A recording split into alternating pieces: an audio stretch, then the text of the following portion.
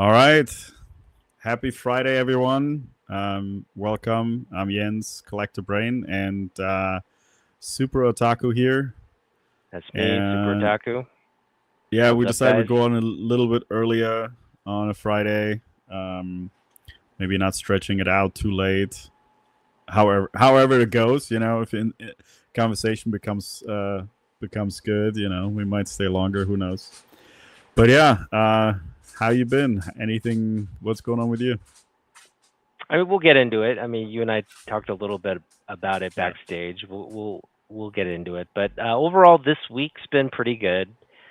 Um, Work wise, it went by slow because I think I was excited for the weekend to come with our plans and everything, and I was excited.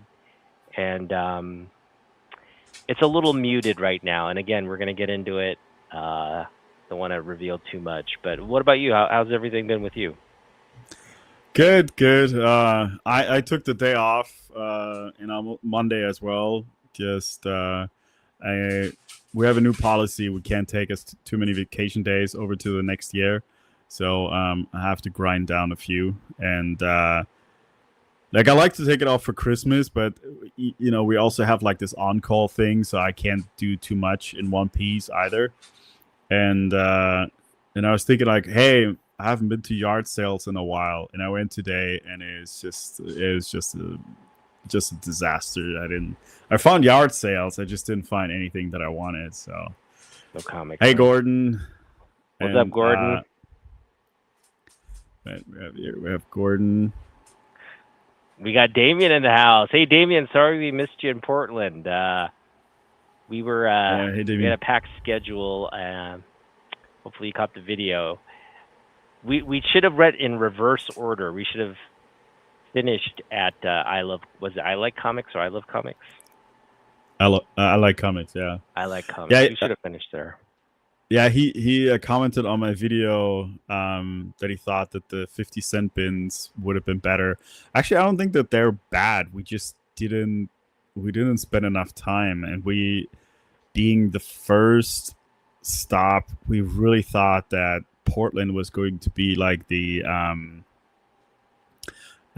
Portland was going to be like the mecca. Like we're going to find like the find of the finds there, and so I didn't pick up anything at I Like Comics, and like in retrospect, huge mistake. And I think it's even the store. I mean, the other stores weren't bad. We just didn't find we didn't find like the deals or the things that we really wanted. And in retrospect, I think I Like Comics was my favorite store. I want to say. Yeah. Had we, I think, finished there, we probably would have dug a little harder in those bins, looked for because there was a lot of value I pulled in just the little that I dug there. So if Yeah. we had been more focused on, or just hit it at the end of the day, we would have just probably dug till it closed, right, and then headed back up. Yeah, So for sure, yeah, for yeah, sure. And they had some, I mean, stuff that unattainable for us financially. They had some like killer books, like I mean, some golden age stuff, and not just one.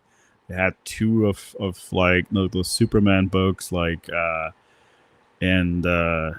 They yeah, had some big books. just amazing inventory. Yeah, very impressive. Yeah.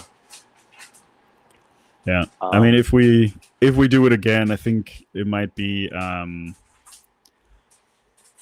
if we do it again, maybe just to go down for that store and maybe hit stuff on the way. But yeah, it's gonna be a while because, like I said, like it was Portland was a bit disappointing for us. I think. Yeah. Sorry.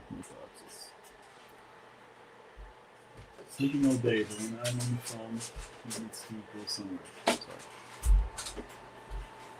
Yeah, many places do the 50% off. We were kind of looking more for that, but the places we went to um, kind of had everything priced out to retail and not a lot of deals, not a lot of bargain bins to be seen. Of course, one of the shops was closed that we had targeted. It wasn't open. So it just yeah, we kind of need to do better planning next time. Yeah. Yeah, I mean, we thought that because of the massive amount, like that cosmic, what is it, monkey, space monkey, whatever it's called. I mean, it's a huge store, right? And seeing that from the pictures, I mean, we could have. I thought we are gonna spend like half a day there, but really, like that back room, that is one of the biggest back rooms I've ever seen with those long boxes. But there was really nothing in it. They're all fillers. There's nothing really where you can say anything great. So I was like, do they really not have any comics, until I found like the case in the front where you can say like, okay, at least they have some of the what they call collectible comics. So that was good. Um, yeah, I don't know about prices and choices are better in Seattle. It depends on where you go, right? So I mean, there is also, we have similar places like we talked about it the other day. We wanted to go to what's that one called in Pike Place? Golden Age collectibles. Golden Age Collectibles, which is like, I've been there before I started collecting, because it's kind of like a tourist place. The whole area there is a very touristy place, and things are priced accordingly. So I don't think that when you go there, you're gonna say like, oh wow, this is like a place I want to come all the time and dig through the bins. Um, and there's other places like, if you're in the city, um, where it's similar like that, right? Um, but we know some places outside where we can dig, get some good deals and stuff like that. That just, I don't know, if you can negotiate with somebody, just feels a little bit better, right? The Mhm. places that we hit up is I don't know, just feels a little bit better. Not sure. Like, it could also be that there's a lot more people that go constantly to the places that we went to, and that pull out all the good stuff all the time. And you know yeah, not sure what to say. Like, we had a little bit higher hopes, but it just was a little underwhelmed. I don't think necessarily prices or choices are better in Seattle, but again, for us, the places we hit, we only hit what I think three or four targeted places, and we hit them kind of along a map, like one route. So it's a very central route, and I think that was the problem. It was like the I Like Comics was fine, but a lot of the other shops on that route um, were really sort of high traffic, business areas, and some of those high traffic business areas, because you have a lot of people visiting, you don't need to necessarily, you can price things out, and you become more of a shop of convenience for back issue bin collectors. Um, but you know, again, you kind of have to be hungry to give the deals out. It didn't feel like any of those places were all that starving for business, but definitely up here, we've seen like six or seven. Well, I don't want to. That's exaggerated.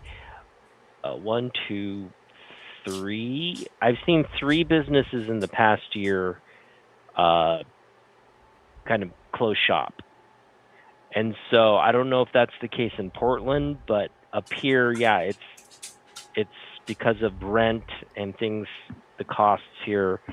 It makes it much harder, I think, to sustain uh, a level of income with people who are collecting, and you really got to target your community, understand what your community does to make the business. And to be honest, like Seattle, I think the demographic is just different. Yeah, probably more people into comics in Portland versus here.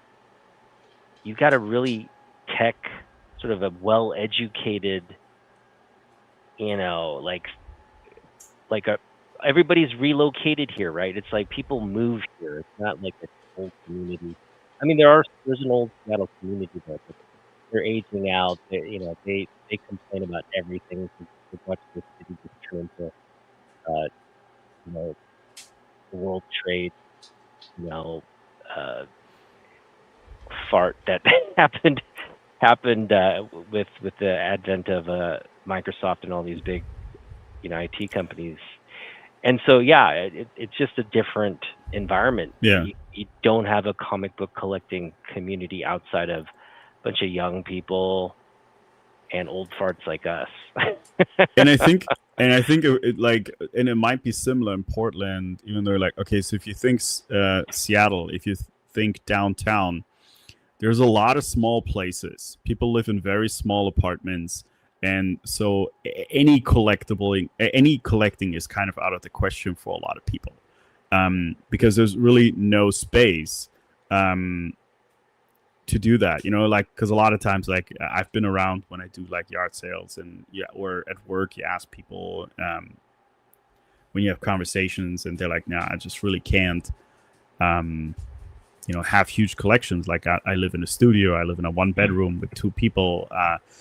It's because of the prices, right? Yeah. So, and when you said that, I just imagined some guy in a studio apartment, like with like a single bed and this huge like marble statue at the foot of his bed that he has to stare at every night so he doesn't have anywhere to like store it. I'm sure there's somebody like that out there, When I was out yourself if you have that scenario. When I was moving up here, so I had to like from Seattle, like move from LA to Seattle. I was looking into these I forgot what they're called now, apartment pods, I think. So so they're literally like the size is like the size of a parking spot. That's your apartment, right? So if you think of a parking spot where you park every day, that's the size of an apartment. You have your bed, your kitchenette, your bathroom, and that's it. And I heard from a lot of people, it's like they're like walls are like paper thin. You can hear somebody like fart 3 doors down, right? Yeah. It's I was looking at that. I thought it was like interesting because I always like that minimalist style, and but there wasn't any short term, because the way it was working was like I got established, I get my job, I get established, I get a place for my family, and then I moved them up here from LA, right? And that's how we got here. But but that's what I was looking at. So if you have that, because that was kind of like I've been living here now for 11 years. So that was kind of like a trend, but people were kind of boycotting it just because it was getting smaller, and they were not necessarily like dirt cheap, right? They were small, but they still had like a premium because of the location. And I had coworkers when I was working at Amazon. Like, I mean, they lived in a 1-bedroom in downtown, walking distance from our office, and they paid for 1 bedroom was $4,500 a month rent. And it's and that's not the only building, right? It was just like right in the center. So and then the pandemic hit, and like a lot of people, like I know my coworker and her husband, they both then had to work from home. Like when she had to take a phone call, she had to hide in the closet, because of the noise. And it's a different different animal, right? So if we're thinking then about like having a connection, a collection or something like that, completely out of the question. So, but I think we're getting a little bit off topic. So like you said, so I think that not all the places are amazing here or whatever or better. I think we're just and I didn't know either. It's like Otaku knew the area, and he kind of put me onto the places, and we kept going back to it.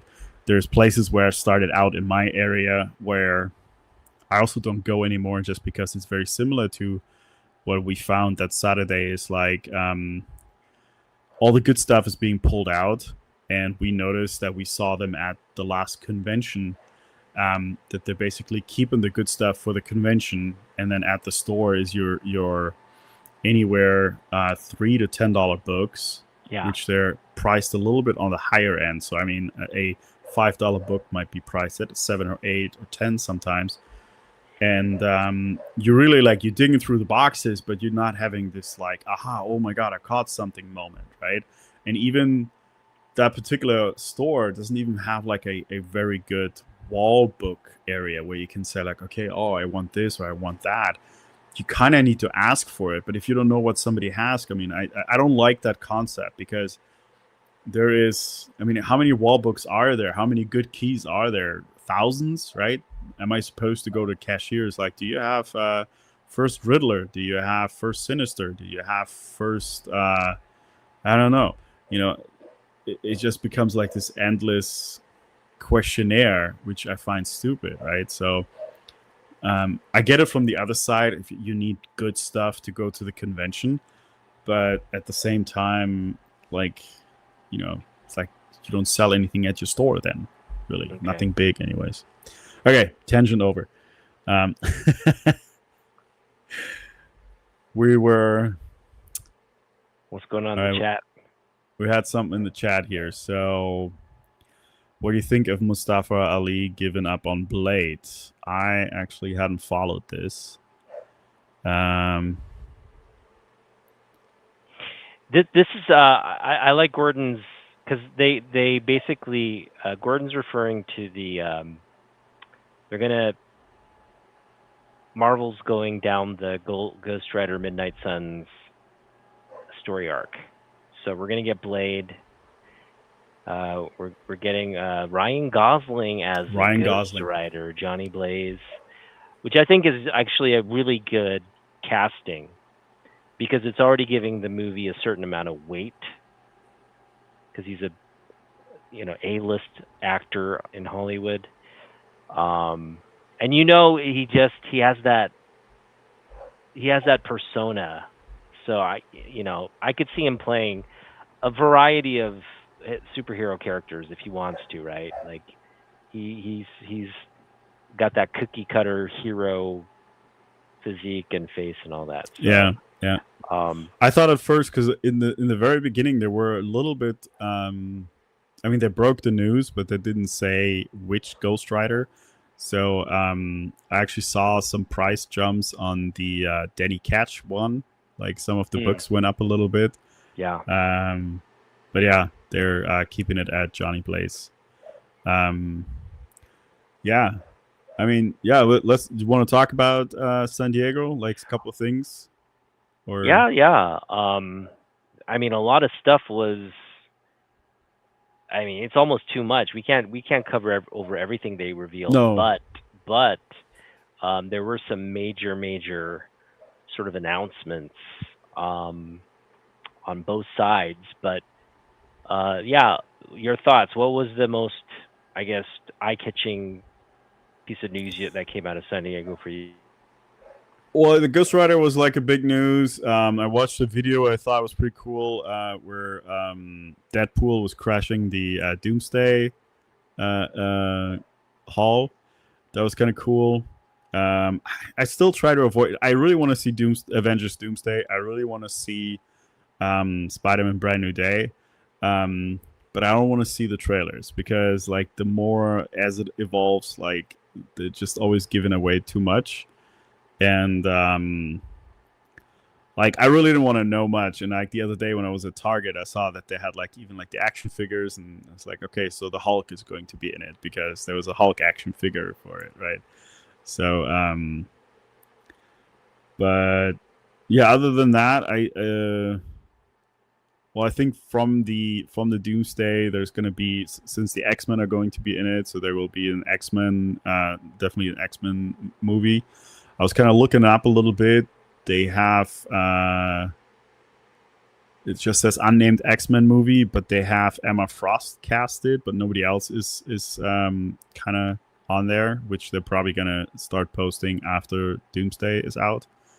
Well, we've got a few X-Men. We've got Sadie Sink is going to be Jean Grey in the it's kind of going to be a MCU version of First Class, right? They're going to all kind of gather at the school. Professor X, a new version of Professor X is going to be introduced and whatnot.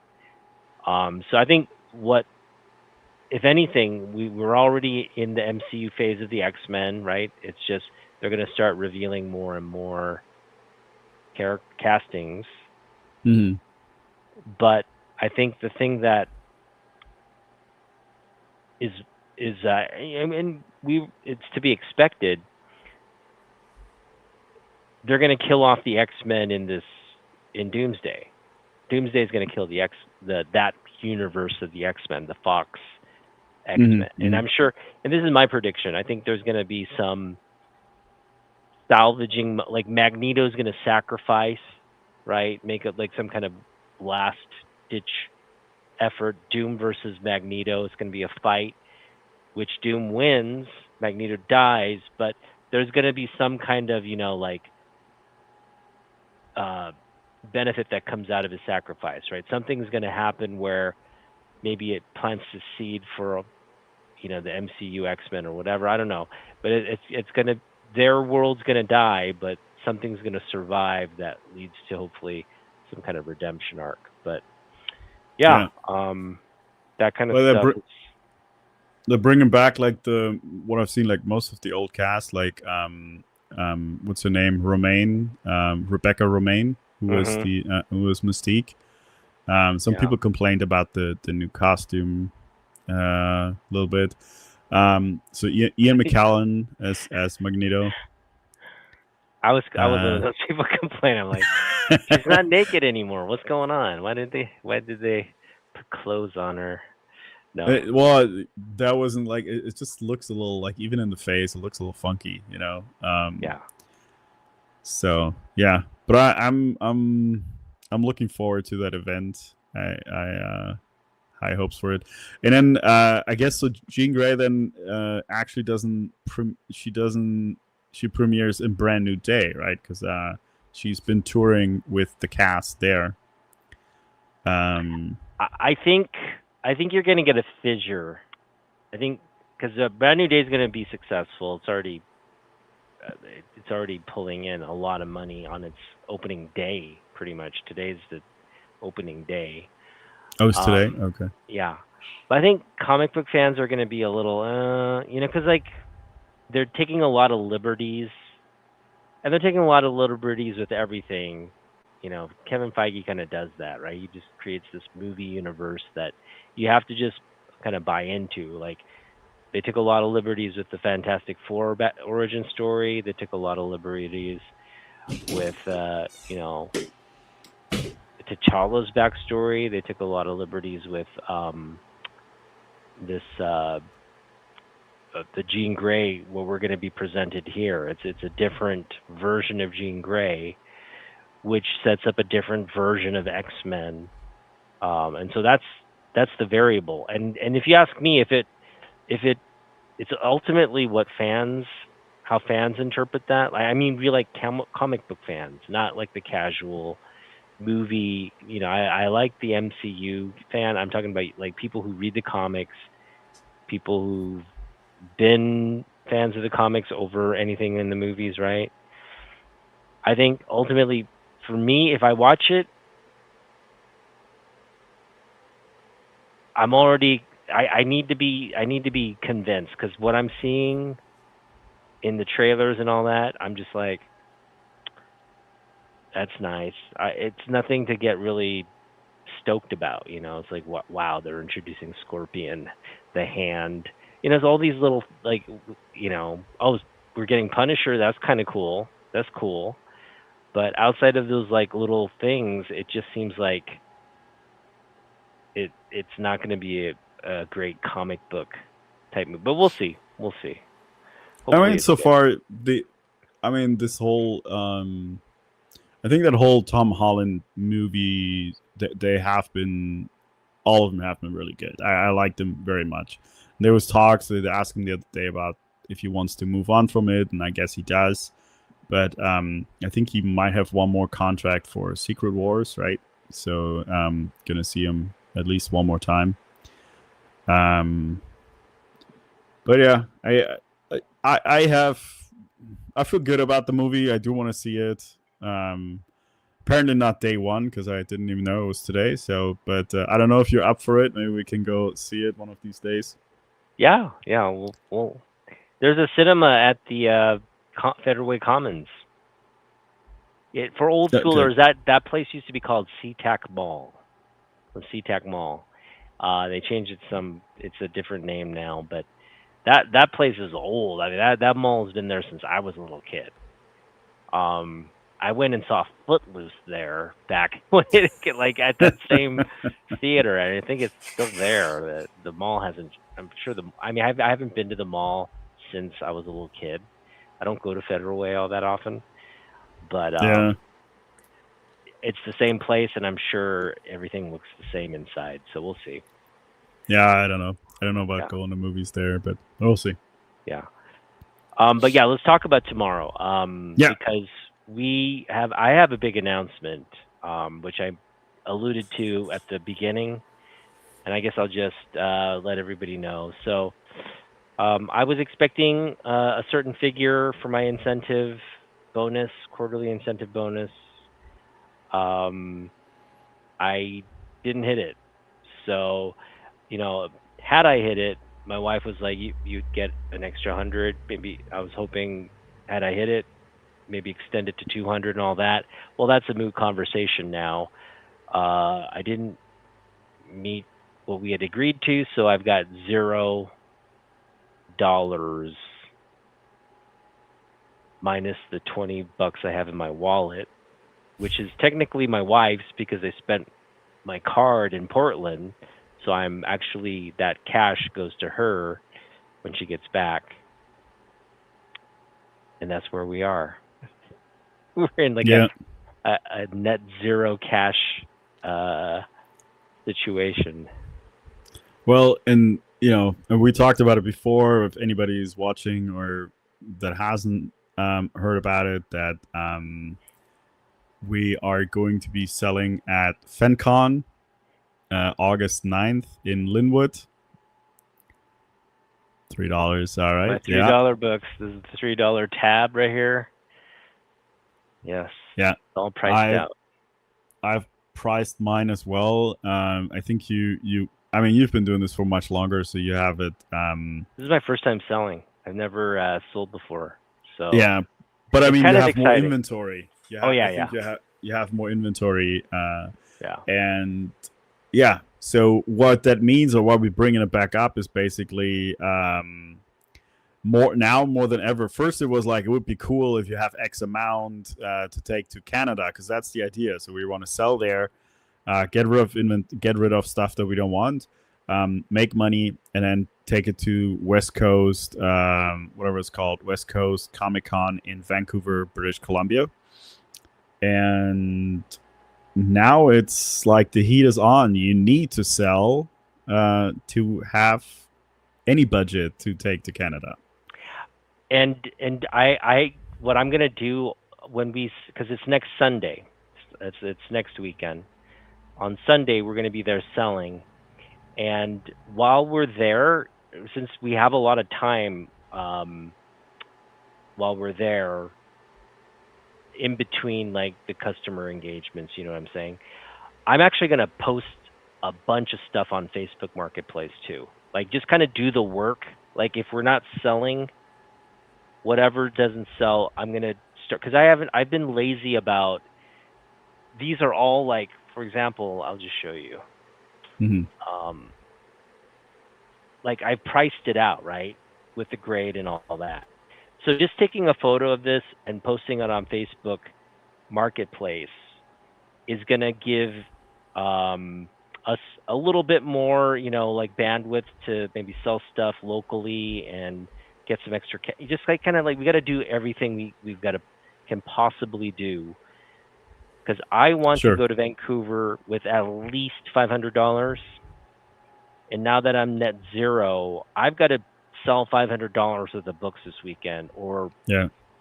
the 3 weeks leading up to the Vancouver show. So I'm Yeah. in kind of you're not as much in desperation mode as I am, because I think you can kind of take up a certain amount of what you want to spend.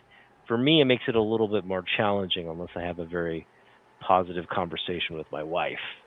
I mean, I don't know if I can just pull out $500 either, but Yeah. I also for me is like it's stuff that's been accumulating. I actually deleted my Facebook. I had some stuff on Facebook Marketplace. I deleted it because I just think it's easier if we're at the convention. I rather haggle than having to drive somebody somewhere for a $10 comic, right? Yeah. So yeah, I want to sell. I want to make deals. I wish I have one more. I have one CGC bundle at CGC, 25 books, but it's unlikely that it will come back on time. That would have been great because there's some in there that I also have marked for sale because need to recover some cost for the next submission, etc. So maybe it's good that it's not in there, so I don't mix the money and then spend it in Canada. But yeah, I have everything priced out. I feel pretty good about it, and whatever it is, we just need to make the sales. And maybe that's the difference between us and like a store. It's like we want to get it gone rather than just we having to make a certain profit percentage or margin or something like that. Yeah. Come closer to the end, yeah, I'm definitely gonna be like, everything's half off or whatever. Like I'm just gonna kind of fire sale it so that people, even if it's one book, people will just pay for something. So yes, I'm in the same mindset as you. Like we want to not come back with anything if possible. And that includes like just kind of discounting stuff at the end there. So yeah. Yeah, no overhead, and yeah, is one thing, but also is like for some of the books, like in my case, like I'm talking about like recovering stuff that I pick up that I don't want anymore. So yeah, let's say I have a couple of books that I got off the rack when they came out, $5 at the store. If I get $3, I'm losing $2, but at the same time, like the book is gone and I have a little bit of money back, right? So I'm okay with that. But we have been good with picking up stuff at a decent price, so I think we'll do fine. I picked up 2 more books yesterday, actually. A half price book. Is that right? Yeah, so I got them half cover. I'm just gonna show them off right now. Got Batgirl 0. Oh, nice. $1.50, right? Okay. So that probably will go into the sale pile. This one, books? Yeah. Okay. And then this one, Batwoman #1, also $1.50. Half cover. My app wasn't working because the key collector is really off when it comes to grading. So I thought actually I might gonna get this because it's a cool looking cover that if I get this graded in a 9.8, but once my app was working, I went to GP analysis and it's really not worth grading. So I think it can be a $10 book raw, but grading is doesn't make any sense. So, but yeah. I just figured they're nice, they're cool. I put them in the sale box, and hopefully, make more than $1.50 on it.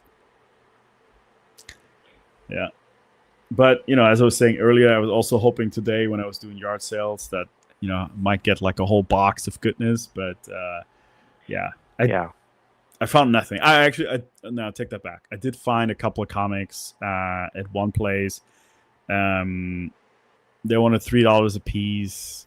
There was a Starship Troopers, which I would have taken, but then I turned it over, saw a bunch of spine ticks, and I left it. So I didn't buy anything. So you did go to your LCS today, didn't you? Well, okay. So he does have 12 of them, but he's like, since he's in moving, I couldn't find it. So he must have moved the box already. But the good thing is, in the new store, nobody's going through it yet. And I went through everything, and they weren't there. So once he opens up the new place, then I can pick it up. But I couldn't find it today, and yeah, he wasn't gonna go That's drive to the probably other for place. it's probably for the best. I probably shouldn't spend. It's a fourth print. I kind of got caught up in the FOMO and all that, so um, I'll pick that book up down the road because I think there are going to be a lot of reprints and copies of that. So we'll see. Yeah. Yeah. Okay. I mean, I can pick it up.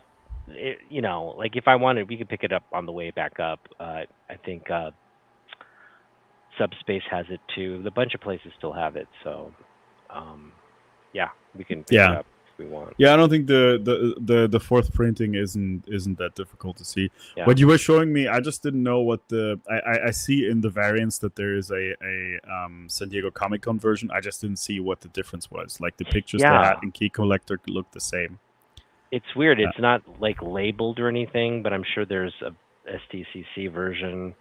But it's difficult to tell what the differences are. What makes it San Diego versus a regular fourth print. Okay. All right. Well, are we going to show off some books? Yeah, I was going to show off the ones that I pressed for you, but so tomorrow, let's circle back real quick. So tomorrow, we're going to go to that show in Federal Way. Yeah. But I think we might need to, because I looked at a couple of pictures here and there. So it's going to be very card heavy, it looks like, right? So if there isn't that much on the comic book side, we might just need to pivot and then, go to something else. Well, let me frame what this event is so that you have a good idea going in what it is. Okay. You're absolutely right. It is very card heavy. Mm-hmm. But it does have a comic presence as well. Okay. In fact, the people generally at these places that are selling, that get the tables and are selling, are real collectors.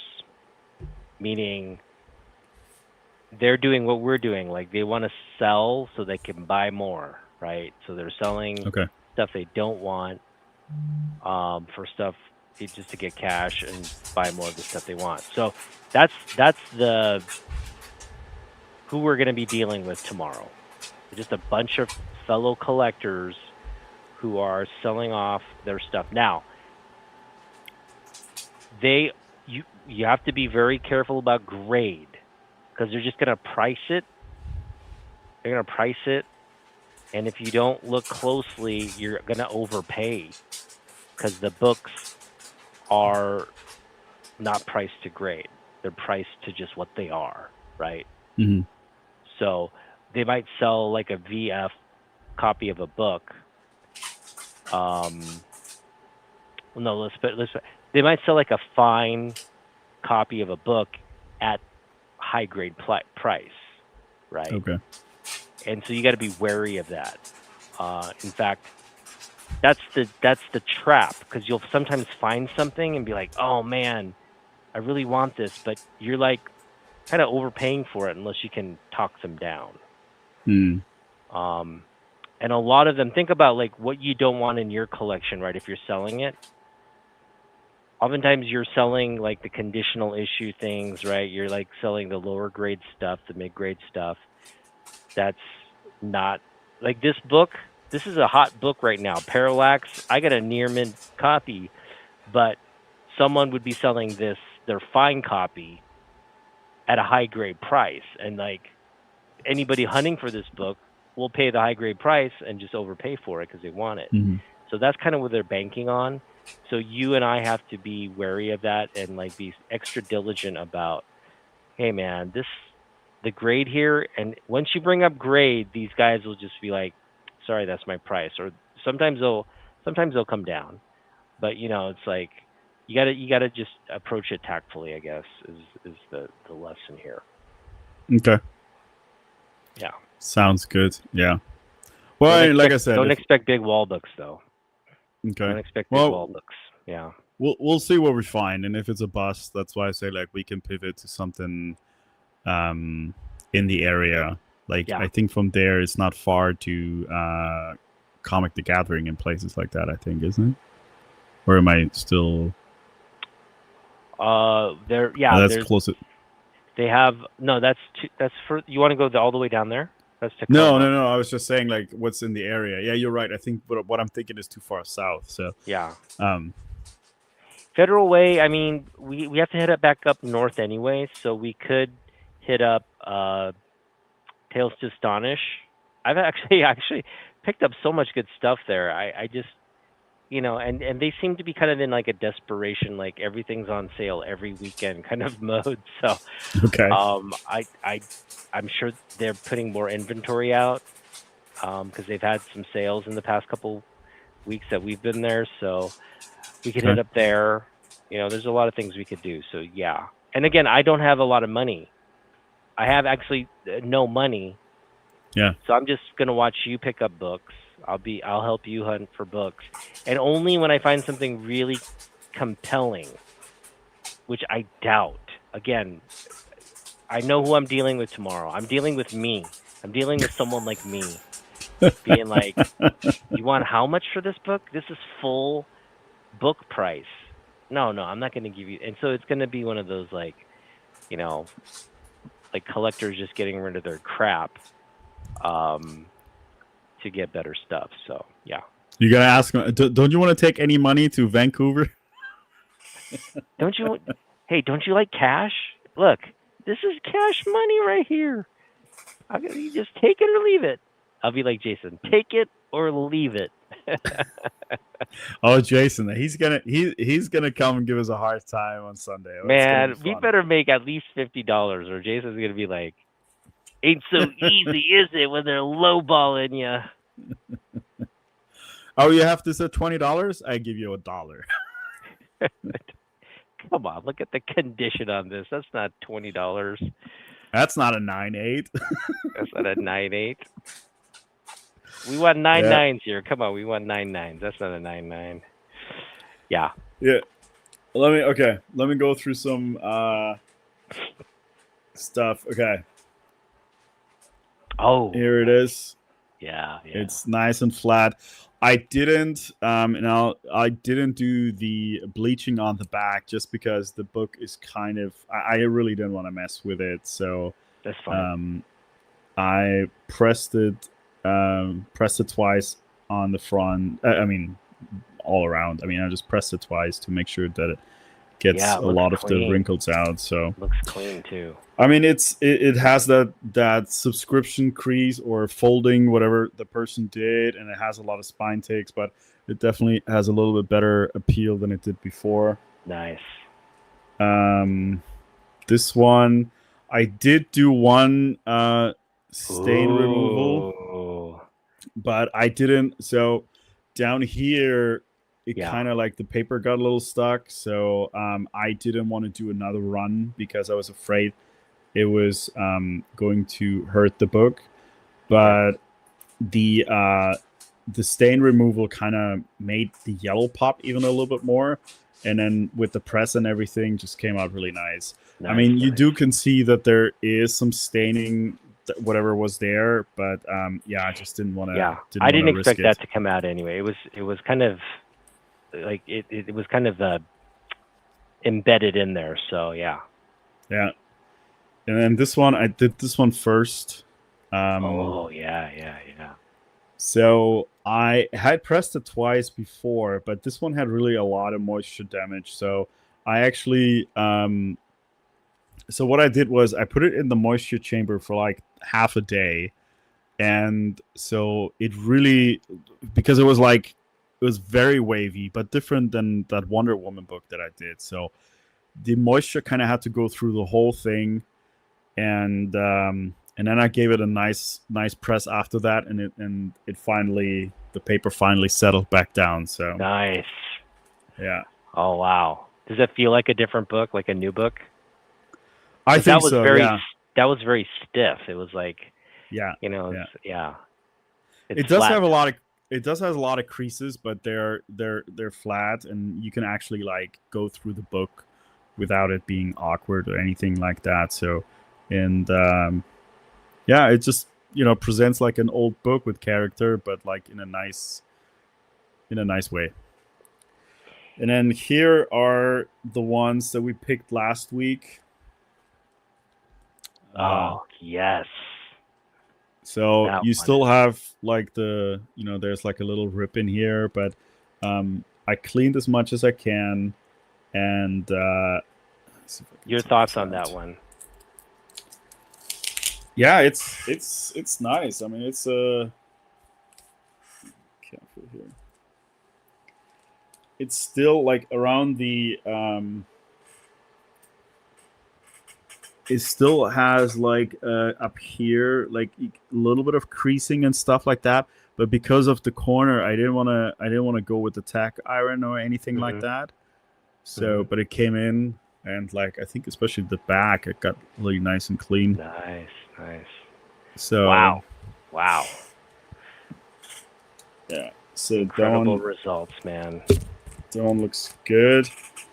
And then here the last one, that one it looks good too. It's just like the paper makes it appear, I guess it's the way it's inked, right? So it appears more yellow than white in the background.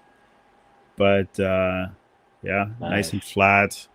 You know, white on the back, except there is some staining. Again, I didn't do any stain removal on this, but yeah. And it has a little bit of that marble chipping happening, but it's for what you paid, and it looks amazing. Yeah. Well, thanks, buddy, man. I'm sure I'm gonna look at those tomorrow. I'm gonna just be like, yes, because everything we've worked on so far, it's been night and day. I mean, the books come back looking their best, and so appreciate it. It's sometimes hard to show, because if they're when you take a book that has like non-color breaking creases or something, and then you make it flat, like it looks like you could see it automatically. But with something that has creases and stuff like that, it's sometimes hard to show on the camera. But yeah, they do present a lot better. So, and for next week, I'm just gonna see what we'll have to pick, because we'll still have some stuff to pick from, right? Let's say. Hey, actually, let's hold off on doing that for next week, since we need to focus on I want you to do the books that you need to do to sell. Okay. And actually, I have 2 books that I'm hoping to sell that I want pressed first, so I can price them higher. Okay. It's the thing number 1, and I forget what the other one is, but they both need a press, and if the issues get worked out, I can up price them and sell them. So that's the hope there. Yeah. How many books do you need to press for the show? Have you pressed them all? Or? I'm still going through a little bit. So I started working on. So the highest price book that I have for sale is Wolverine #1 from the ongoing series. Since it's a newsstand, it's a higher priced item, but the condition as it was, like it has a stain in the back, it has foxing. So a high grade copy can go like upwards of 150, right? But this copy definitely is not there. And so I did a little bit of stain removal on the back today, and I want to put it in once I'm done with my testing. I am going to take it into the blue box a little bit and get the foxing out. Okay. Just so that I can say, because when I looked at it, it was like before it was maybe like a 7.58, maybe an 8.0, good 8.0, and I have it priced at $80. I don't want to change the price necessarily. I just want to make it more attractive. So, and if I get the foxing out, make it look a little bit cleaner, and it looks closer to a 9.0, 9.2 maybe ish, like at least in the nines, right? That $80 seems like a little bit, even if somebody wants to argue or whatever, but it seems a little bit more reasonable, right? Mm-hmm. So, and that's kind of where I'm working on, and Nice. I still have to go through some of them where, like, same thing, like I want to justify the price and Yeah. make them look nice. And did we have any trades that we do we have any trades that we're gonna do? I guess we have to look at our stuff, each other's stuff. Yeah, there's a one Absolute Superman that chase cover that you were interested in. We can do it at the show. We can look at We'll it. see. Yeah. but if you What did you want again? I haven't really checked yet. I'm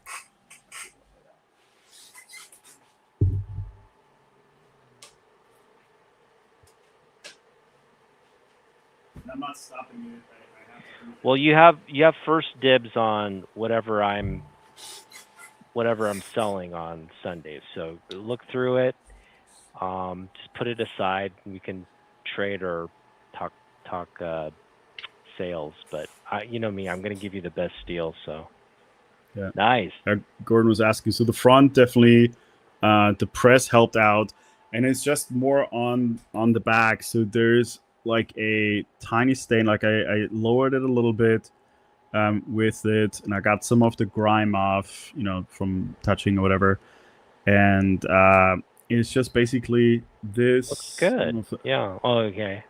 Yeah, A little bit of tanning. A little bit of tanning. Yeah, the tanning is what I want to. If I put it in the blue light box, what I want to reduce, and then it's gonna get a full press and stuff like that, and it will just then present better. Where I can say like, okay, I want, the price is reasonable. Yeah. Which I think it is. It's a nice looking book, and getting the browning off, and then it will be even a nicer book. Yeah, I think you'll be able to move that one without issue. Yeah. Just it's got to be where you land on the price, but in terms of a lot of people want that book, so good one. Yeah.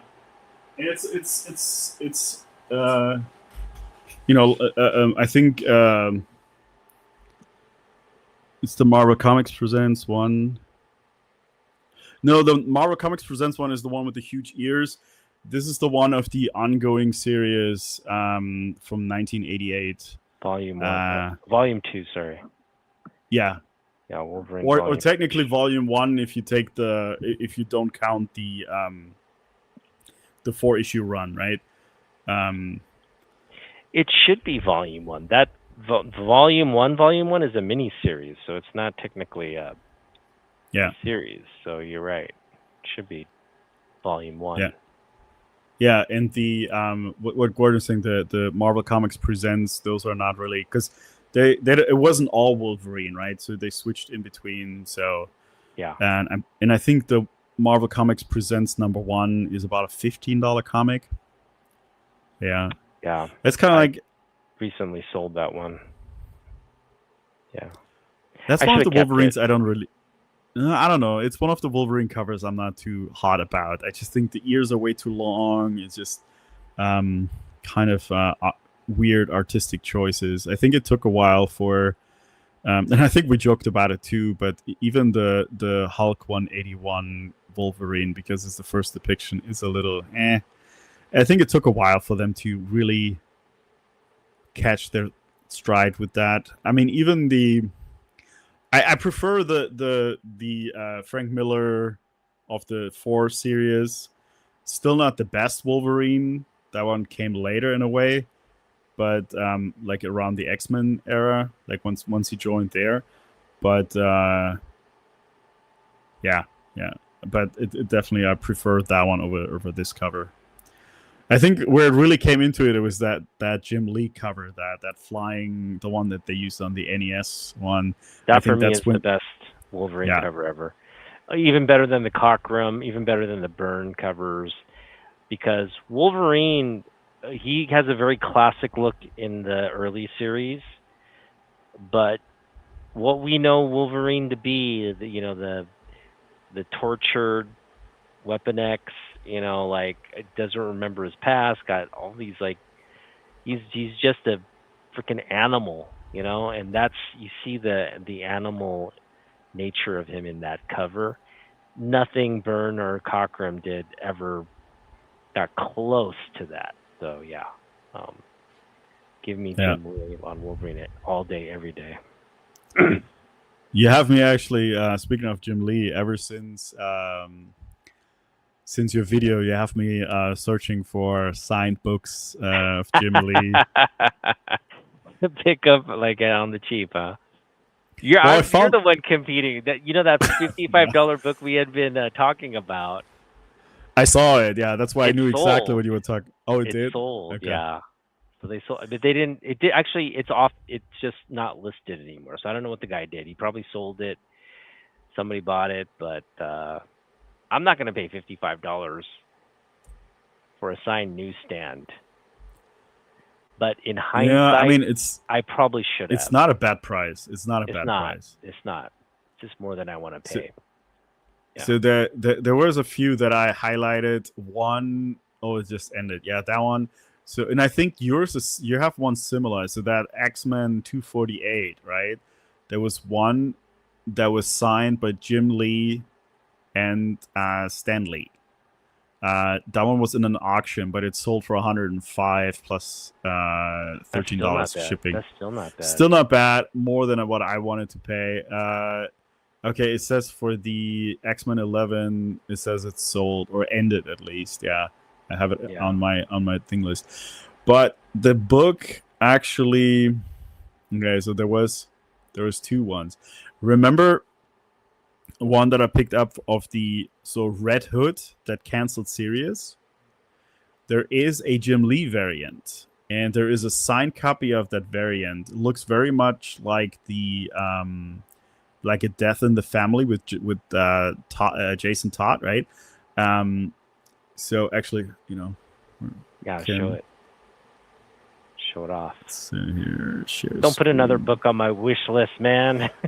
Nah, it's Am I gonna want this? Well, it's Jim Lee, so technically, yeah. Yes. So this I saw 125 though. So that's a nice one. So that show was 5. Jeez. I didn't know, so I got the first one. Remember, I picked up the cover A, and I got it graded in a 9.8.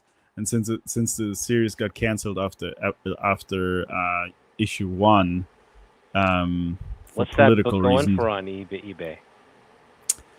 I think. Well, the thing is, like, that's why this one is a little bit, I think, on the high price. I mean, yeah, it's Jim Lee's signature and all, but I think it's $100 for a 9.8. So this one here, but I'm not big on Wildcats, so this one is a $10 signed Jim Lee. But I mean, not Jim Lee. That's not Jim Lee. Okay. Yeah, don't buy that.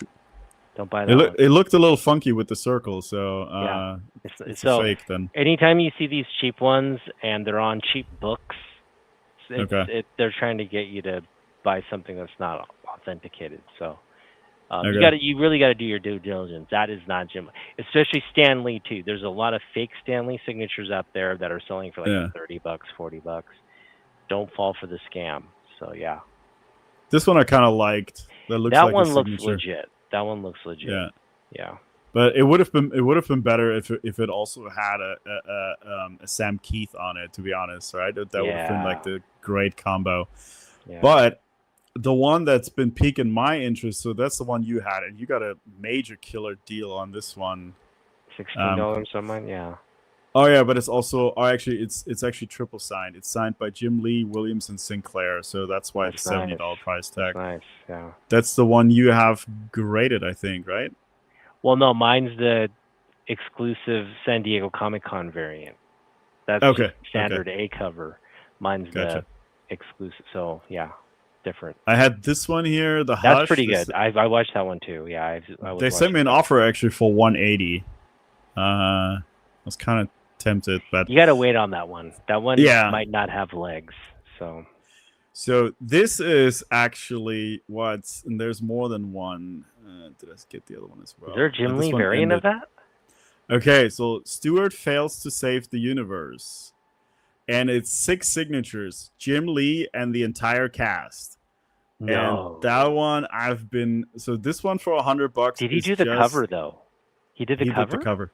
He did the cover. This is the Jim Lee right Wow. here. That's the San Diego variant, a San Diego Comic Con variant, right? So this one is $100 because it's a Jim Lee signed only. But the one that I've been eyeballing, and there have been a lot more of them popping up, right? Which is like this one here. This one is a little bit more pricier, but they had some cheaper ones. So there's Kevin Sussman. I forgot what the rest of the cast is. I love the Big Bang Theory, and even though this is a really weird premise about the whole multiverse in the Big Bang Theory and stuff like that, I still kind of dig it. So It is fun, yeah. Kelly Cuoco is reprised her role as Penny, which was kind of cool. It was like, you know, it was good to see Penny. Like she's like aged Penny. You know, yeah. not the young Penny that everybody fell in love with, but like kind of like an aged, still hot Penny. Yeah, so I saw actually a clip where Raj was also there for one episode. Oh so, yeah. And so is it? Well, you know, the one for 100 is actually a really good deal. But you want the one with the whole cast.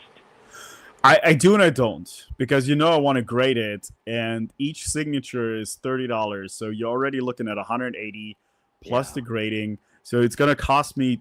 So it's like here, this one is cheaper at $200, but it's gonna cost me over $200 to get it graded, because I have to authenticate each signature, regardless of if it has the thing or not, right? Right. So once it's done, I'm probably looking at like 450 or close to 500, and then I kind of start backpedaling a little bit, where I'm like, it's fun and all, but is it that much fun, So yeah, but that one has been on my radar ever since that day when I started looking.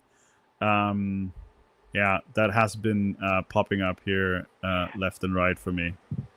I think that's actually a good one to pick up, just because the show's going to be popular, right? People love Big Bang Theory, so they're watching this new series now. Yeah.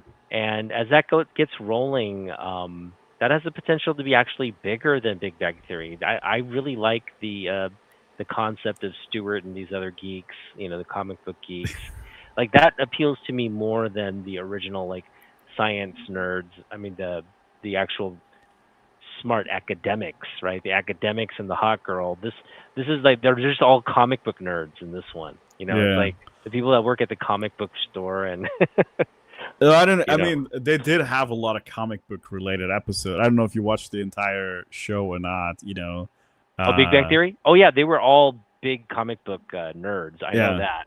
But I'm just saying, like this one, but they were all like scientists, right? So a lot of the stuff was like comic book and science related jokes, whereas Stewart is just the comic book only. It's not like he's smart or anything. He's just this like struggling, LCS owner, and that to me as a show concept is more appealing. They had it was kind of dissing actually. There's an episode where Neil Gaiman is in the store, right?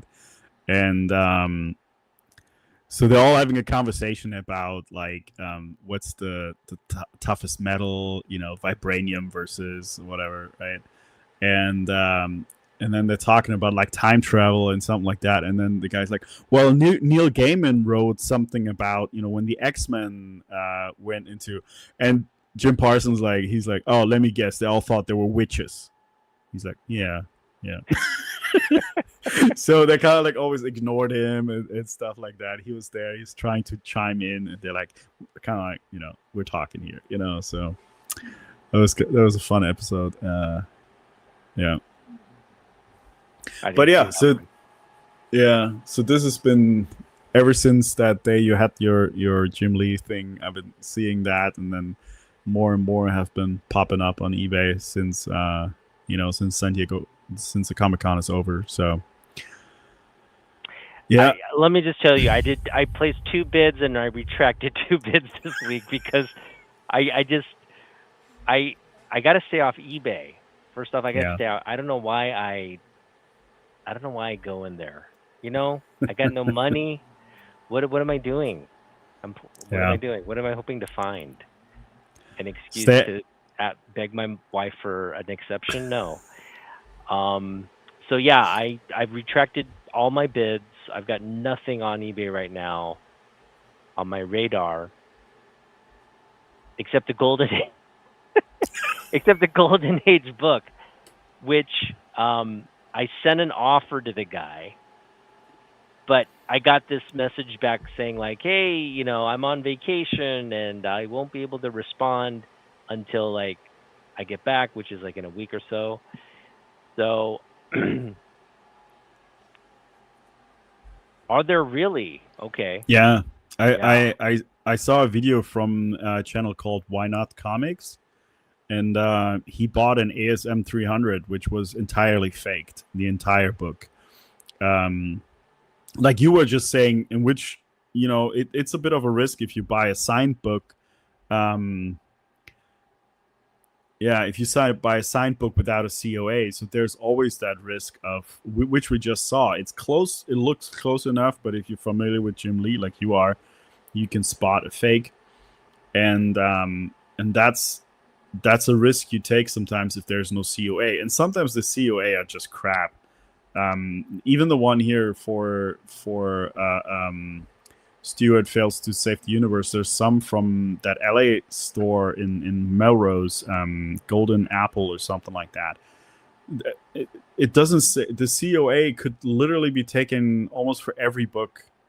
Like it doesn't have There are anything fake COA. unique. Yeah, fake COAs out So there. Yeah. yeah, I could take that one out and put it in any book and say like, hey, I bought it there, because there isn't really any details about the signers or anything like that on it. So yeah, but what Gordon is saying here, I saw that. So there's full on fake books, and it's kind of disheartening because sometimes you can't, when you can't go at places and stuff like that. eBay is like your only place where you can get stuff. So if you once you see a bat next to each other, he had an ASM 300 that he bought a fake one, and then the other one you can see like how the colors are super bright, and you can say that like they're even like you put it on top of each other, that the length, like it's not the right length as the other one. So I assume because of printer paper versus actual print runs. Yeah, and then I've seen videos about like, which makes sense when people have like Amazing Fantasy 15 that they want to fake something like that. Um, I mean ASM 300. I don't know if that's worth. I mean, yeah, it could be if you're trying to get like $800-900. Mhm. Um, it's I worth think you also faking at have to that. do your due diligence around whom you're buying from.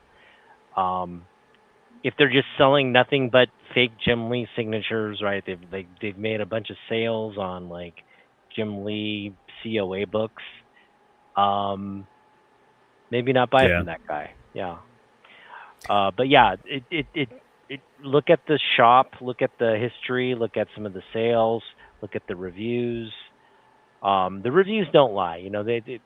If it's a really illegitimate thing, you're gonna see a lot. You're gonna see the zero, 0 stars, 1 stars, and people just talking about that. Like, man, you got to look at the 1 star comments because obviously, there are a lot of people who are haters and will do 1 star comments, but they'll also reveal if the guy has too many 1 star comments and there's something consistently like off about service or whatever, probably just good not, because they're going to take liberties with other things if they're not yeah, providing like excellent service. So yeah, and do and your I've due what I've diligence. seen Yeah, what I've seen a lot that always freaks me out a little bit is for slabs. Because we there was a thing about like a fake FF 48 that was faked few months or end of last year. I see slabs where the CGC label hangs loose in there. It almost like has a little, it's a little slop down, right? Which I have never seen on any of my slabs. Um, and it almost looks like because you printed it yourself, you stuffed it in there, and it looks like the paper is cheaper, right? So whenever I see that, I mean, obviously it can happen if it pulls moisture or something like that, or definitely, or maybe if it's an older slab or something like that. But every time I see that where it's a little bit where the paper is like wavy inside there, I move on to the next On the listing. newer slabs, though, they can't do that, right? They can't like slip stuff No, out of there. No, not on the new it ones. it it's like when I broke open Dork, like it's really hard. It's hard to get in there, and you're definitely not putting it back together. I know some of the older ones you can almost like bend it, and then maybe you can take it out. I don't know what the thing would be if you're, I don't know if you have a 5.0 and you just print the paper and make it a 9.0 or something like that. I don't know what the reason would be. Um, but yeah, but some of the older slabs, like especially like PSX and stuff like that, you can almost like push them back together. The newer slabs bend. Okay, wait. Stay off eBay and whatnot. Especially, you think eBay is bad, you will spend a ton of money on whatnot. Comic Tom had a bad book. Even I think that guy said. Yeah, I heard about whatnot. I don't have. I don't know. I find the premise okay, but I honestly like. I don't have the patience for whatnot. I don't know. That's why I No, prefer eBay. whatnot's the it's the poster child of like uh influence scammers. You know what I mean? Like people who are trying to hype up a book, getting the FOMO. Like people. Oh, like this. There's only like 5 copies of this. But you build up this FOMO right in the and get people competing against each other. Like bidding and all that. It's really a trap. So it's like don't even sit on those because you just get sucked into like participating. So I absolutely agree with Gordon. Stay off whatnot. Stay off eBay. Do it the old-fashioned way. Do it the way Jens and I are doing it. Go to your local comic book shop. Go to the yard sale. Just like look in every nook and cranny in your local area. Connect with the collectors in your local area. Do trades. Do whatever you got to do. But Yeah. you don't have to. Yeah, be subject Well, to the Amazon of comic books. whatnot. I mean, whatnot is not a bad idea because I've seen a lot of people that have done uh, done well business wise, right? But Okay. it's a double sided sword because when you start out and you're not hyped up, right, and you start a book at $1 and there's nobody else bidding. Let's say you take your action comics that you know is at worth. Let's say this is a $20 comic or something like that, but you start at $1 and there's nobody else bidding it up. Guess what? You're selling it for $1, right? That's right. And that has happened. I've seen it like on the video game side. There's people that get started out and they were really disappointed because they thought they watch these channels, or sometimes it's like influencers that have like a following.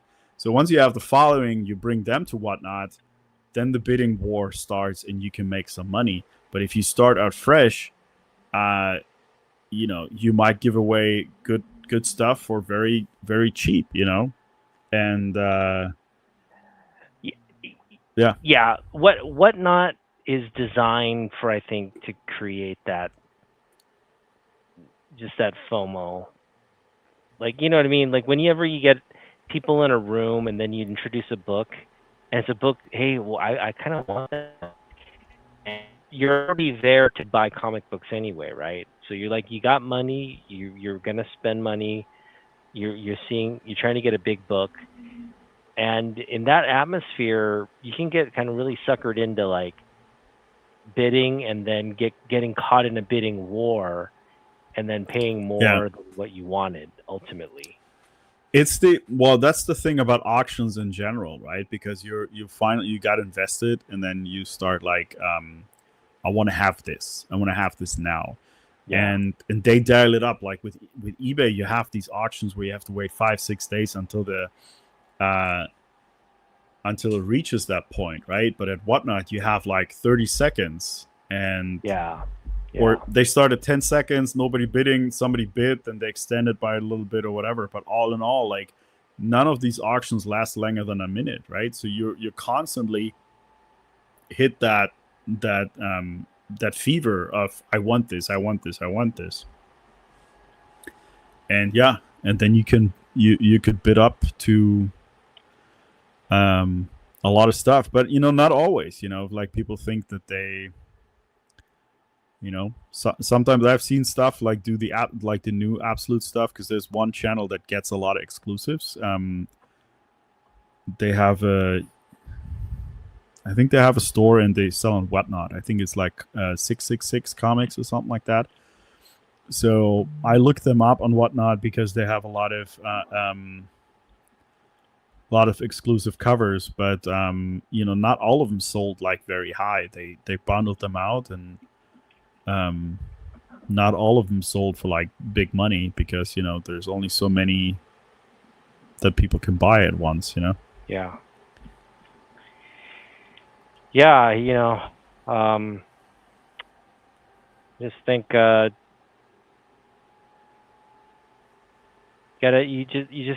gotta find a channel that you like to buy off of and trust. And sometimes you want a book and it's not there available to you for the price that you want it.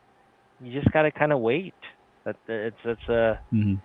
the fact of life. You just can't have everything that you want right when you want it. Yeah. Some things take patience. So definitely with some of the newer books, I got kind of caught up on it too. Like, I saw the fourth print at San Diego Comic-Con. It was like a $30 book, and I went right online to see like if I could get it for something, and I saw it selling on eBay, and it was like a $3 bid. I put a bid in thinking maybe that's a $30 book, and I almost bought it. I almost like went with it. And then Jens was like, "Hey, wait, what are you doing?" And I'm like, "Oh, wait, is this not?" He's like, "Yeah, no, that's like a cover price book." And I realized what I had been doing. I was just like, "Oh," so I retracted the bid at that point. And then now Jens and I are not even. Well, we'll see. I still want the book, but I don't need the book. You know what I mean? It's like one of those things. I don't need to buy it per se. Yeah. There is that thing, and I catch myself on it too. Is like, a lot of the stuff is like, what if it, when I was going through the stuff that I have, and what if it goes big in the future? What if this is worth something? What if I sell it now for $5, but like a year from now it's like $100 book or something like that? Yeah. But the thing is, like, the same thing with when I was going through like that emotion a little bit when I sold Dork first print #1, which was good. I told you to sell that while it was hot. Yeah. Yeah. So I was kind of like, well, I'm selling it now. I'm probably not going to get it back for the same price and stuff like that. But the thing is, like, do you want it? If it's like your #1 book, then it's something you can save forward. But it wasn't my #1 book. It's not something I like the series. I thought it was cool. I was really happy that I picked it up at cover price and everything. But unfortunately, the condition wasn't there, because I was really hoping to get a 9.8 out of it, which it didn't. So yeah, just gonna have to stop yourself sometimes, and the ones that I went through is like, well, if I really wanted that book one day, then I'll just have to bite the bullet and pay the higher price if I want it that badly. But I can't just hold on to everything hoping that all of them will be, the next invincible #1 or something like that. That's how they get you. Yeah. That's how they get you. I think all my books are going to be like $100 million someday, and then it's like reality creeps in, and no. Yeah. All right. Well, you want to show off some books? Got any show and tell? I don't really. You go, because I don't think I have anything No, really I'm to good show too. off. I don't really have anything to show off other than again, I'm really excited for the Lantern series. Uh, for me, I think that's the thing I'm most kind of anxious to see and want to see do, like kind of have it lead up to the Superman stuff and all that. So, it's kind of Yeah. cool. Yeah. Yeah. I saw, I sometimes buy digital movies and TV shows, so Mhm. you can already pre-purchase Supergirl, but it's like around $25, I think. So that's a little bit steep for me right now, but I'm looking Mm. forward to that. For that to get a little cheaper, then I'll be purchasing it, and so I can watch it again. Yeah, that'll be fun. We love Supergirl. Love a Supergirl. She got a bad rap this summer, but I mean, there's still hope, that Masters of the Universe did not do the numbers that they wanted, and it's now the number one streamed movie or something like that in America. yeah. So, Gordon, yeah, they didn't. I think it was. I think DC only really talked about. Obviously, on the comic panel side, there was a lot of. I think Mark Wade was the final panel speaker. He was talking really more about like world building and the DC universe and all that. But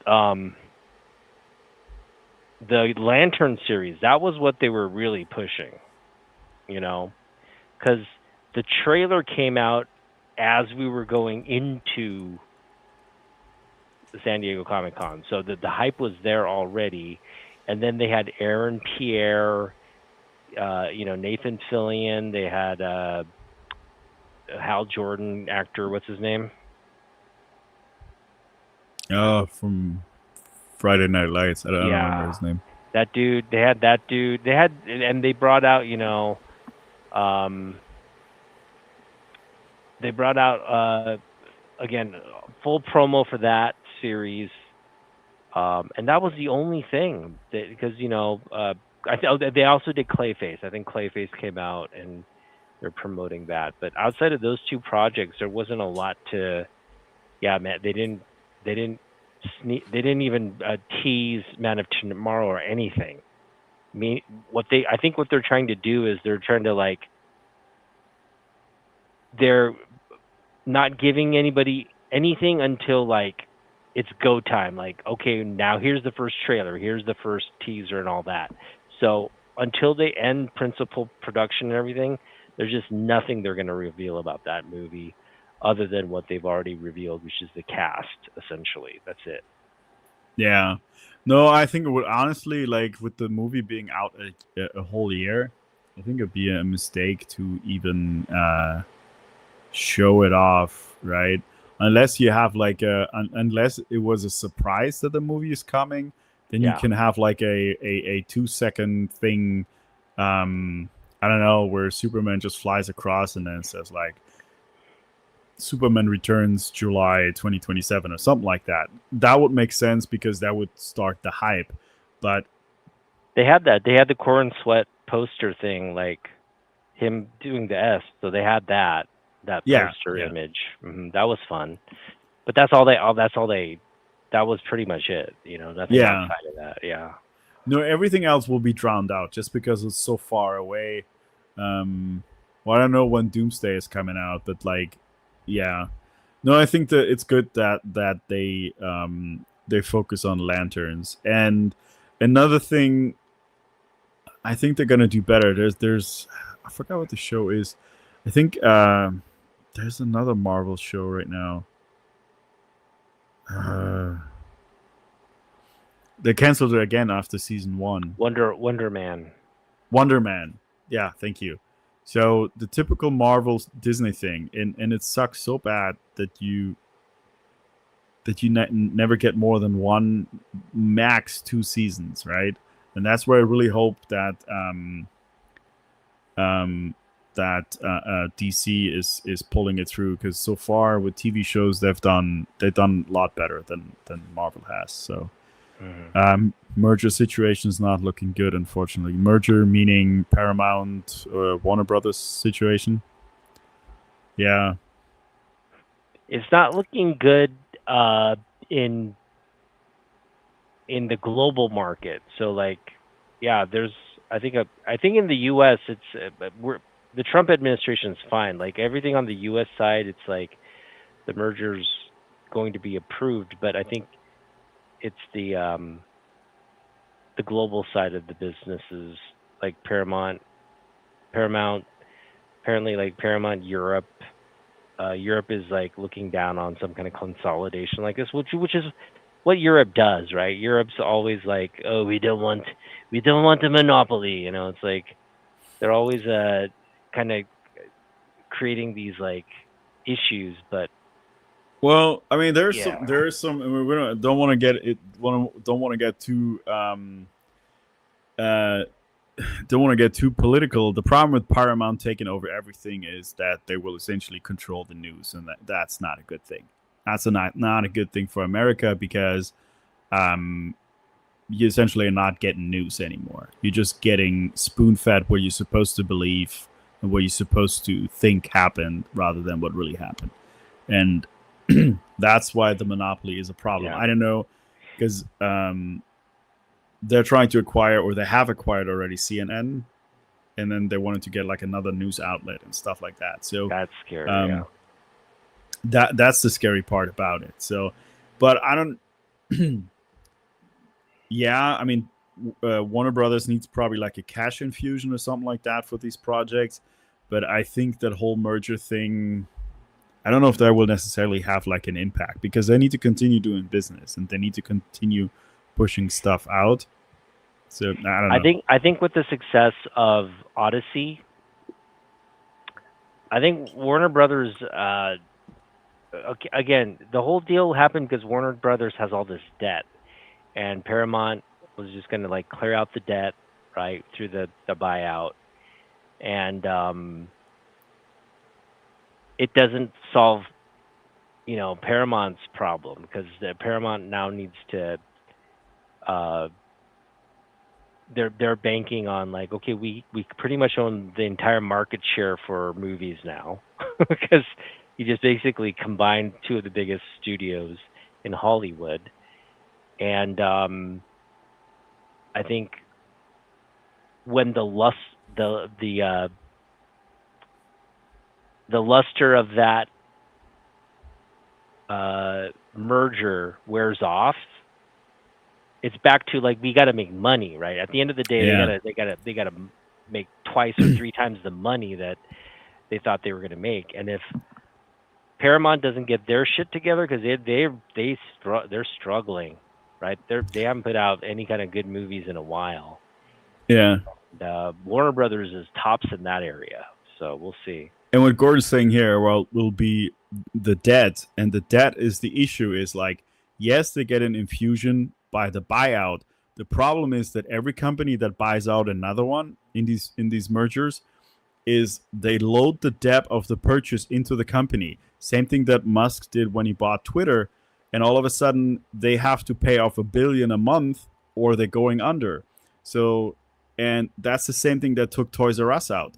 They bought it out, but they put the debt of the purchase into the company, Yeah, and then all of a sudden, like, you can't keep up with these payments, yeah, and which eventually killed it. And yeah. I mean, I Twitter think is now worth only 25% of I what it used really to be think worth.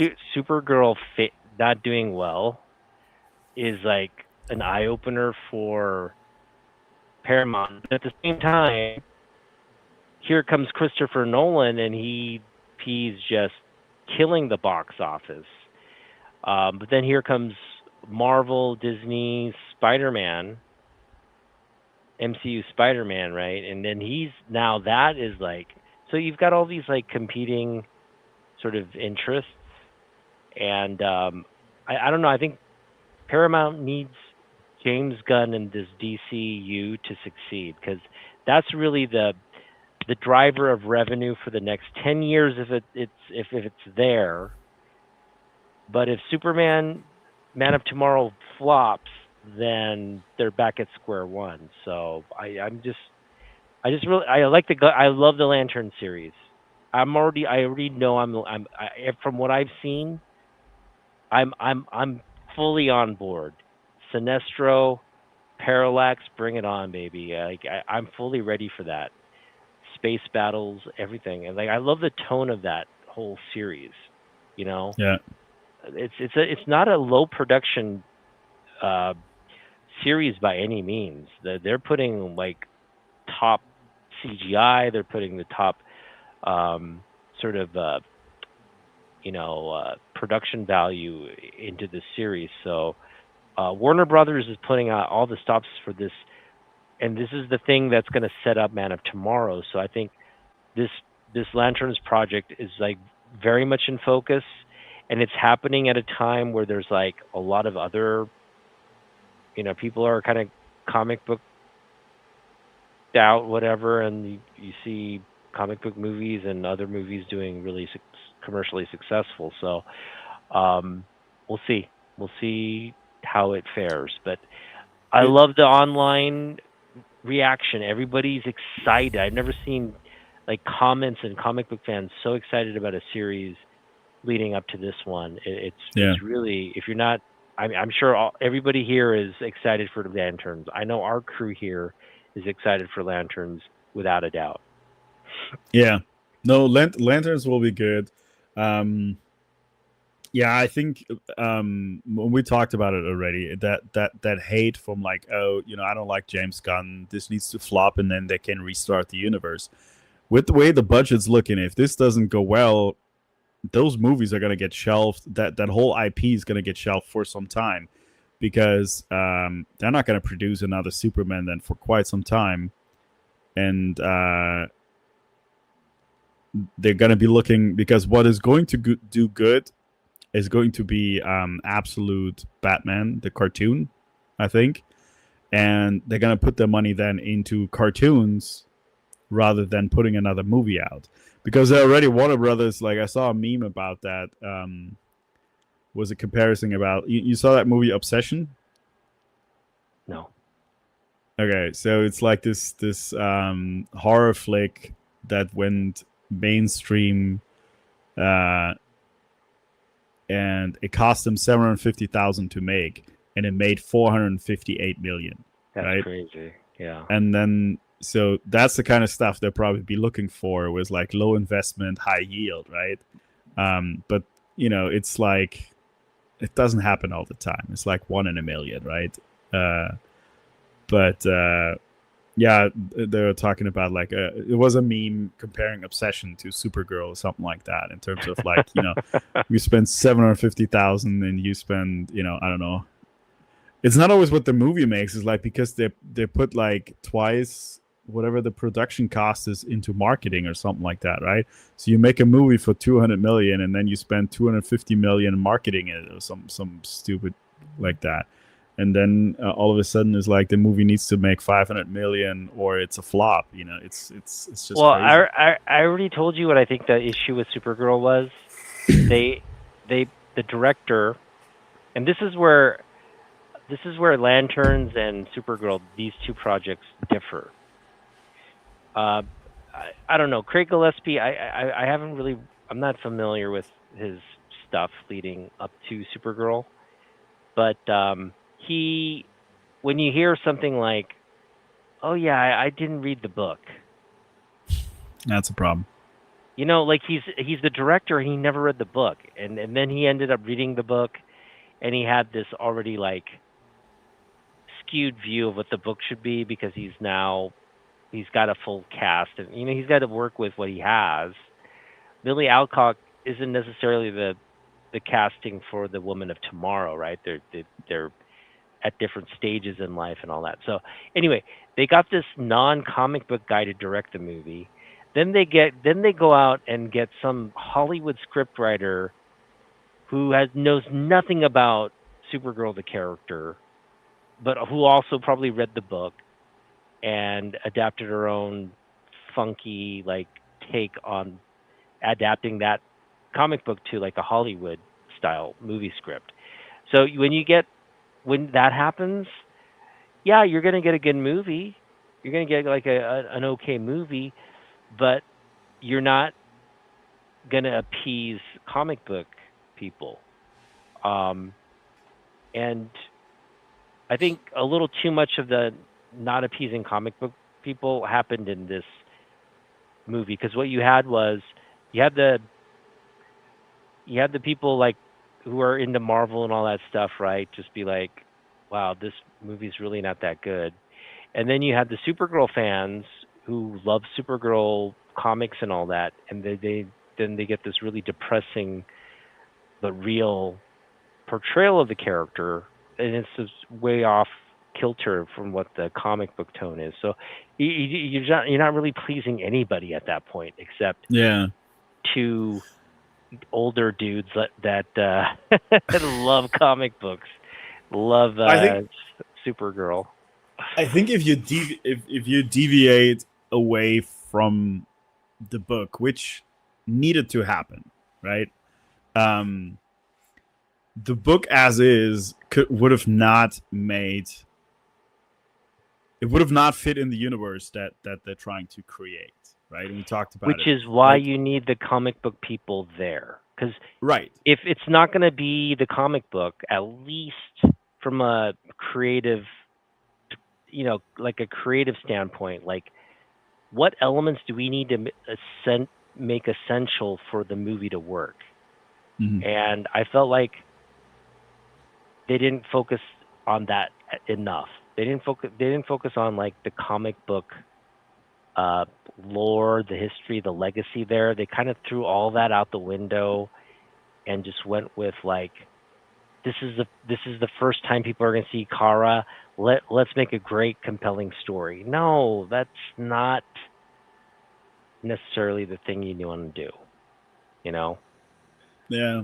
Yeah. Well, I think it's like they should have stopped the earlier hype about people thinking it will be a movie adaptation of Woman of Tomorrow. That notion should have gotten killed long ago, because you definitely didn't deliver on that, and you couldn't, because it doesn't fit in the universe that you're building. Because Woman of Tomorrow was an established Supergirl that had a reputation throughout the universe, and you are building a character that nobody knows on Earth, um, and you want her to step into the Supergirl costume, which in a way you did that, but with the bits and bobs that you threw out from Woman of Tomorrow, like you said, you didn't please anybody. The people that wanted an adaptation of Woman of Tomorrow were like, "What the heck is this?" And then the rest were just like, "What the heck is this?" Um, Yeah. it just kind of didn't mesh there, and Yeah. yeah. I think also that like it was too. I First off, I love the movie. I really love the movie. I did too. When I think about what it is, I loved it. But I do get people's because I told you it felt a little like there were certain things like we were re-seeing them, like she just fought with like a big group of people, right? And they could have ended it there with some, like some kind of climactic scene, but they drug it out. They had to like get off the ship and then end up on the ground, and then they did some more fighting there, and then some more cool. It just felt like it was like there wasn't any logic to what they were doing. They're just throwing in action scenes just to throw in action scenes, right? Um, so yeah, Yeah, toward the end there, it got a little messy and lazy, and but I loved when she she killed the villain just Mm-hmm. ruthlessly, right? He ruthlessly killed him. Like it wasn't like even like, oh, let me just like just stab you. Let me just stab you and have you bleed out. No, it was like a death blow Yeah. with a sword. And it was just like shocking, like, what? And I could, for me, I was just like, it took me a while. Do I approve of this? Like, Supergirl killing a bad guy? Do I some like part of me is like, no, this is. But then I realized, no, she's not Kal-El. Okay, Kal-El would never do that. She's her. She's like a sort of an unhinged, emotional kind of version of Superman, trying to figure out like, okay, if I'm going to be doing, and that's the thing. Like, I think that killing, because she was kind of like indifferent, right? She was just like, woe is me, drinking. I don't care. The world could burn. I could care less. But that was like a complete 180, right? It's like, you know what?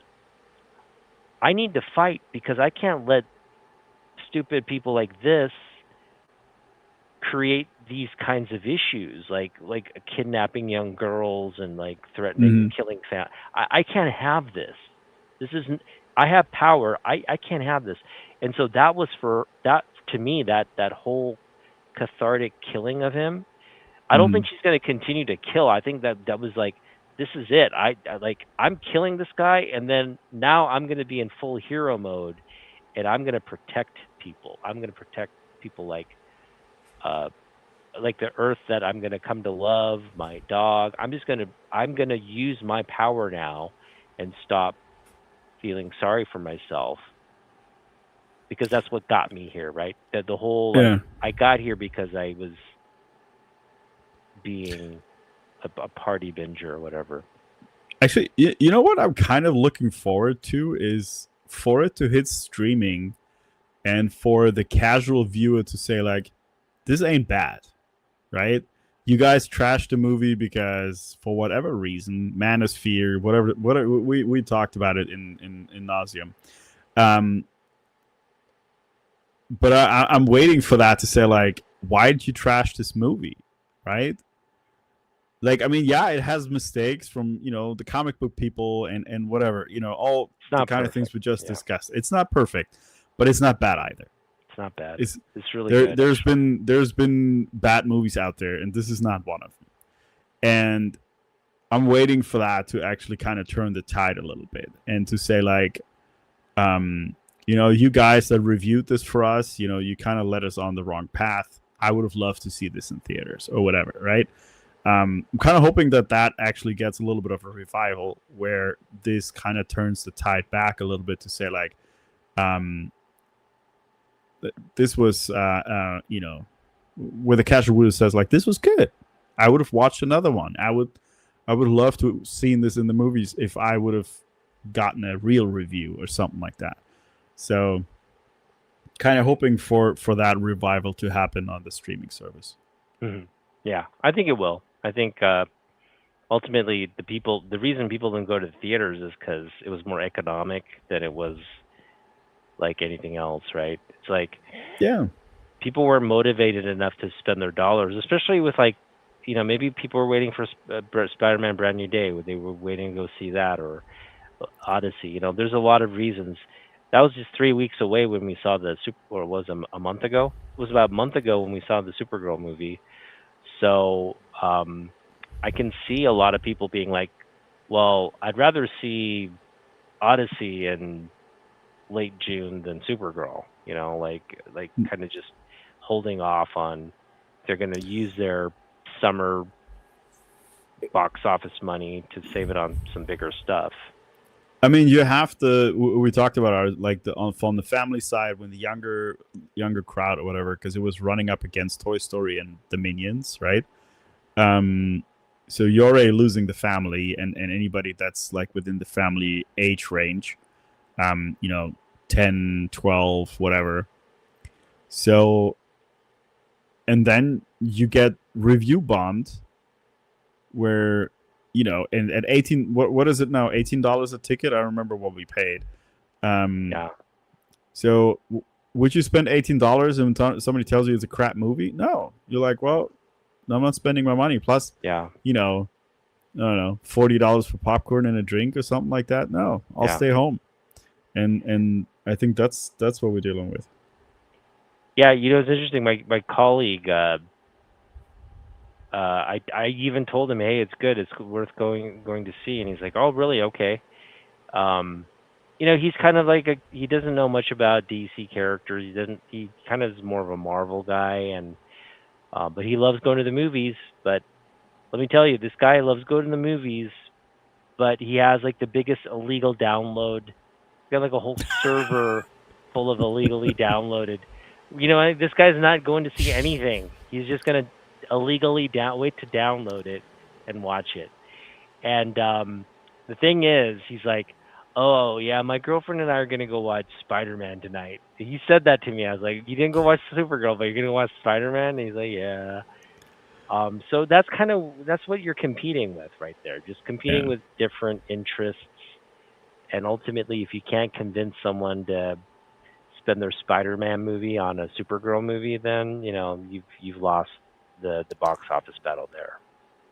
And I have to be honest here. Like, I mean, I haven't been going to the theaters for some time, and if it wasn't for you, I would have probably not gone either. Me neither, dude. Gotta be honest about it. I really enjoyed it, and I want to do this.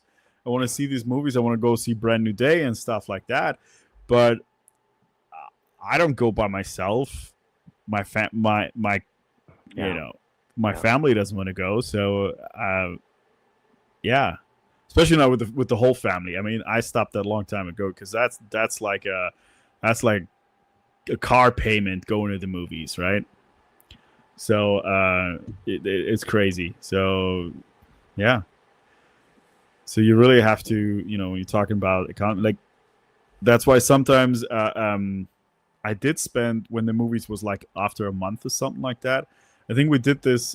We wanted to see Suicide Squad, which was like the first one, and I think it was around the time with the pandemic where it came to streaming a lot faster, or at least you could buy them or something like that. So I bought it for $20 on Apple TV, so the whole family can watch it, because I figured $20, like it's gonna cost me 60 to 80 on tickets plus food and whatever, right? So I figured $20 was cheap. I mean, it still wasn't worth it. The movie was terrible, but it was still better. Like, you at your home, you're watching it and stuff like that. So yeah. It's well, you and I are going to be in 2 weeks. We're going to 3 weeks, 2 weeks, 3 weeks. In 3 weeks, we're going to start our watching of the Lanterns. Yeah. And we need to coordinate this, because we want to try to live stream our reaction as we're watching it. I don't know how we're going to do this. We got to think about how we're going to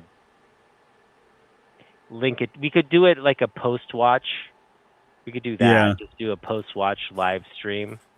I mean, there are ways to, excuse me. I can send you a link and we can both watch it. I think that's how it works, because I know my daughter have done it with friends when they have watch parties with Netflix and stuff like that. So there is a way to do that. So I can probably invite you to watch it and we can watch it together.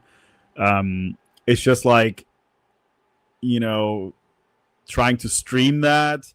I don't know how entertaining that is, that we just look like we're kind of over here just enjoying the show and like, for 45 minutes to an hour or something like that. That's what I'm thinking. That's not going to be a good live, because most of it's going to be, because I want to focus on what I don't want to just be talking, right? So I want to focus on it. So yeah, maybe a post watch is a good idea. Yeah. Post watch. Yeah, I'll look into see how I can share it with you, that we can, watch it together, but like, or just we can watch it over a Zoom call. Like if we connect on a Zoom call and we just share your screen, as if you're watching it on your desktop, you just share it and then we watch it. And Zoom is just a private call, right? You can record it. We could even record the things, but we don't need to record it. We just need to watch it, and then we can go live afterwards. So we could do something like that. Yeah, that's probably more feasible. Okay, I'll. Sounds good. I have Zoom. Do you have Zoom? Or you can access a Zoom link, right? Yeah. Yeah. I have free version. I don't think I have. I don't have a paid version, but yeah. Yeah, I have the free version as well. Real quick, what time do we need to be there tomorrow at that? That's a good question. Yeah, let's take a look. Twin Oaks. What was it? What was it called? Twin Oaks. Card show. Okay. And then Federal Way, right? Federal. So it looks like it starts at like 10. Yeah, it starts at. Hang on here. Wait, that's Portland. Yeah, Saturday. Details. So it runs Saturday to Sunday. So yeah, tomorrow it opens at 10. 10. Okay. Yeah. If we do it like usual, if I'm at your place by 9, an hour to Federal Way should be good enough, right? Yeah. And I can drive us down there. You can just park, and I can take us down. So yeah, just get here. 9 should be good. Yeah, 9 should be good. Okay. Yeah, I just need to get away on time because I need to get some more cash. Yeah, I'll figure it out. I'll be there by 9. I need to get cash too, but we'll see. My wife's gonna be like, "Why'd you get cash out?" I'm like, "It's for the show, honey. I'm gonna sell all my comic books." You better. You better. Right. Careful what you say. She's gonna come home and then she still see your collection. You're like, you didn't sell anything. You didn't sell anything. Like she's gonna see the Venmo. She's gonna see the Venmo. Like, that's all you sold. Yeah. And you spent how much? Yeah. So I gotta make some sale. I'm never been in this kind of sales mode before. It's like, get your comic books. We got your comic books here. Get them all. Get them while they're hot. Yeah. So we'll see. Yeah. No, we'll make some deals. We'll do some wheeling and dealing. So I am debating whether to put this up for sale. This is not my signed copy. This is my graded copy. And I saw like some of the recent sales for a 4.0 CGC. It's only going for like $150, $160. Oh, really? Yeah, you'd think this would go for more, right? But it's only going for $150, and so I was just like, I bought the book for $50. I slabbed it for like 20 or 30. So my total cost into this book is like $75, $80. Okay. What number is it? Superman what? Superman 233 in a 4.0.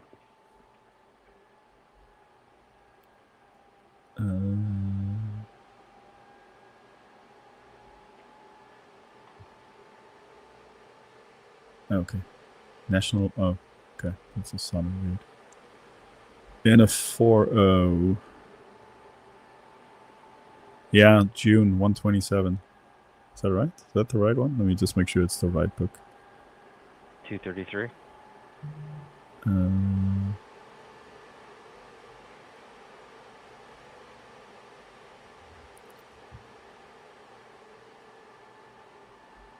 Yep, that's it.